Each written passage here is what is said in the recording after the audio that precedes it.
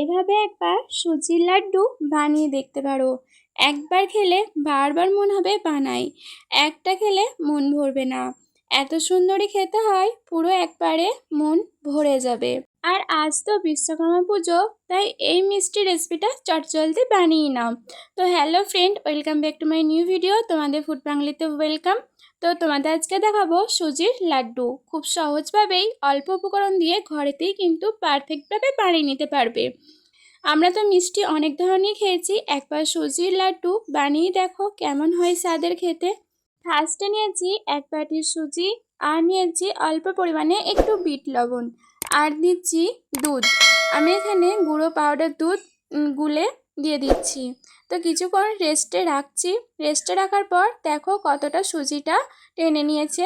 এটা ভালোভাবে কিন্তু সেট হয়ে গেছে।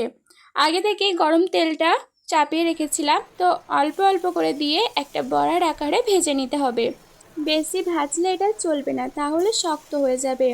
কাঁচা থাকলেও হবে না, বেশি ভাজলেও হবে না, মিডিয়াম যেভাবে ভাজা যায় সেভাবে ভাজতে হবে।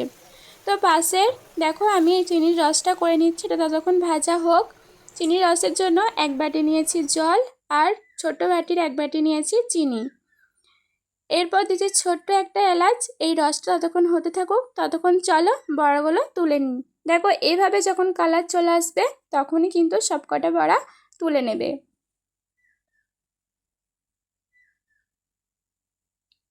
এরপর দেখো একটা প্লেটে ঢেলে নিয়েছি। এরপর একটা একটা করে এভাবে কিন্তু ভেঙে দিতে হবে, তাতে প্লেনটা খুব সুন্দর হবে। এভাবে ভেঙে নিচ্ছি, তাতে গরমটাও কিন্তু একেবারে কমে যাবে। এরপর একটা মিক্সিং জার নিতে হবে, দিয়ে এই যে পকোড়া মতন করেছি সেগুলো কিন্তু দিয়ে দিতে হবে। একেবারে পেস্ট করলে কিন্তু চলবে না, এভাবে ঝুরঝুরে যেন হয়, একবার ঘুরেই কিন্তু বন্ধ করে দিতে হবে। এইগুলো করতে করতে আমার কিন্তু মিষ্টির রসটা অনেকটাই কিন্তু ফুটে ফুটে মরে গেছে। তোমাদেরকে দেখাই কখন তোমরা ওই যে সুজিটা দেবে। এক দাগ দু দাগ কিছুই না, একটু যখন চ্যাটচ্যাটে ভাব চলে আসবে তখনই কিন্তু এগুলো দিয়ে দিতে হবে। এরপর স্বাদটা আরেকটু ভালো লাগার জন্য আমি এখানে কিছুটা পরিমাণে নারকেল কুড়া দিচ্ছি। এরপর কিছুক্ষণ ভালোভাবে নাড়াচাড়া করে নিতে হবে। আর এই সময় গ্যাসের ফ্লেমটা একেবারে লোয়েতে রেখে দেবে। এরপর কিছু আমি ড্রাই ফ্রুটস অ্যাড করছি। এখানে দেখো চিনেবাদাম দিয়েছি এক বাটি, কিছু পরিমাণে দিচ্ছি কিশমিশ, আর দিচ্ছি চালমগজ। এটাকে ভালোভাবে নাড়াচাড়া করে নিতে হবে।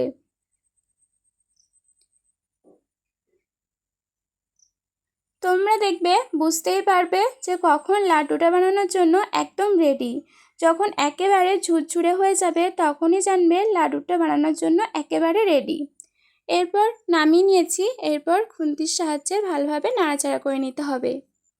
এরপর হাতেতে একটু ঘি বুলে নিয়েছি, ঘিটা একটু চারি সাইডে ছড়িয়ে দিচ্ছি, তাতে স্মেলটা কিন্তু খুব সুন্দর উঠবে।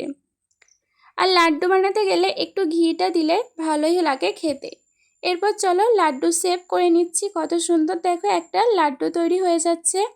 সুজির যে এত সুন্দর লাড্ডু তৈরি হয় সত্যি আগে জানা ছিল না। তো এটা করার পর জানতে পারলাম যে এত সুন্দর হয়, আর খেতে কিন্তু দুর্দান্ত হয়েছিল। দেখো কত সুন্দর দেখতে লাগছে সুজির লাড্ডুগুলো। তো তোমাদেরকে একটা ভেঙে দেখাই। ভেতরটা অনেকটাই সফট হয়েছে, ওপরটা তেমনি হয়েছে ড্রাই হয়ে গেছে। খেতে কিন্তু খুব ভালো লেগেছিল। একবার যদি যে কেউ খায় সে কিন্তু ভুল পেয়েছে কীভাবে বানিয়েছো এই লাড্ডুটা।